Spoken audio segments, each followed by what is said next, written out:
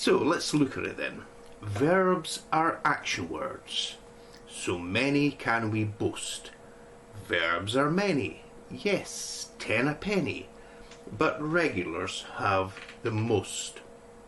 Okay, so do you see there how the second line and the fifth line both rhymed, and the third and fourth line, they had a different verse and it was shorter, more concise.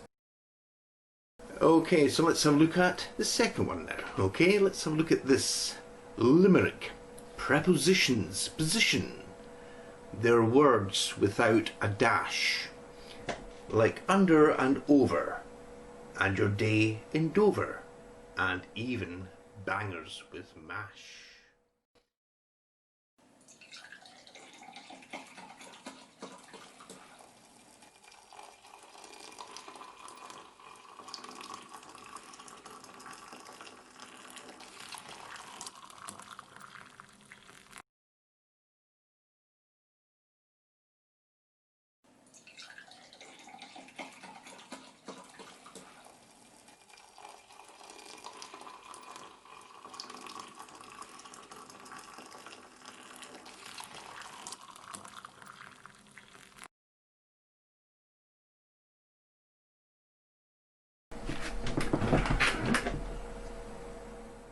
Okay, next limerick for you folks. Hope you're all enjoying this wonderful lesson here. You'll name the word once you've heard this limerick oh so bright. A fine sunny day, the opposite of grey. An adjective? Yes, you're right. Now you may notice, there are two adjectives there which have not been written in block capitals. Can you tell me what they are? Can you spot them there?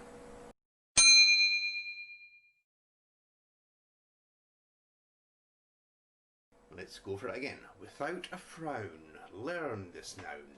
A proper noun. What gives? It's simply a name.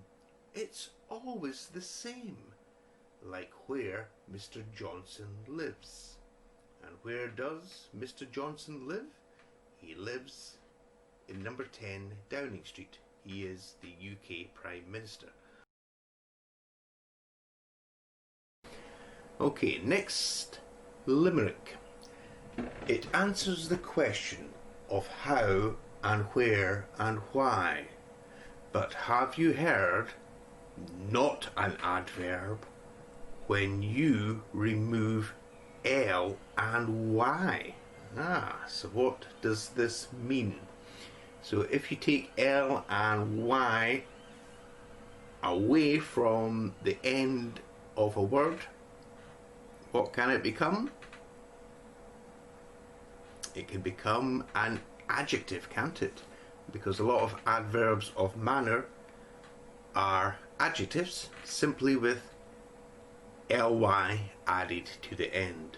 There are 4 main adverbs, but this is an adverb used a lot. And we're on to the next limerick. I've added an extra line here, but I'm a bit of a rebel. Inside a maze, that's a phrase, but a clause can stand alone. I am here, and I want some beer, while the queen is on her throne. Okay, and we could write that differently, of course. Now, inside a maze, okay, that's not a clause and it's not a sentence. It's part of a sentence, but it's not a complete sentence or clause. Whereas I am here, I want some beer, and the queen is on her throne are clauses, okay? They are clauses because they have a subject and a verb. And on to the next one. He, they, and it are pronouns used a bit to replace nouns that are proper and so that they oughta. 'cause that's when they truly fit. Okay, now oughta, that is a slang word. Okay, it's not a proper English word, but I had to use that there because otherwise it wouldn't have rhymed. So let's go through that again. He, they and it are pronouns used a bit to replace nouns that are proper, and so that they oughta, 'cause that's when they truly fit. Verbs to learn and see, irregular to you and me, like right and fight, and you're quite right when you don't add E and D. Yes, with these I've added quite a lot of lines there, but it still works as a limerick. So, okay, what am I talking about here? These are irregular verbs. Now, when you're using them in the past tense, okay, that's when the problem arises. It only arises in the past tense. You cannot add ed to the end of them, all right? You can't do it because they don't make sense.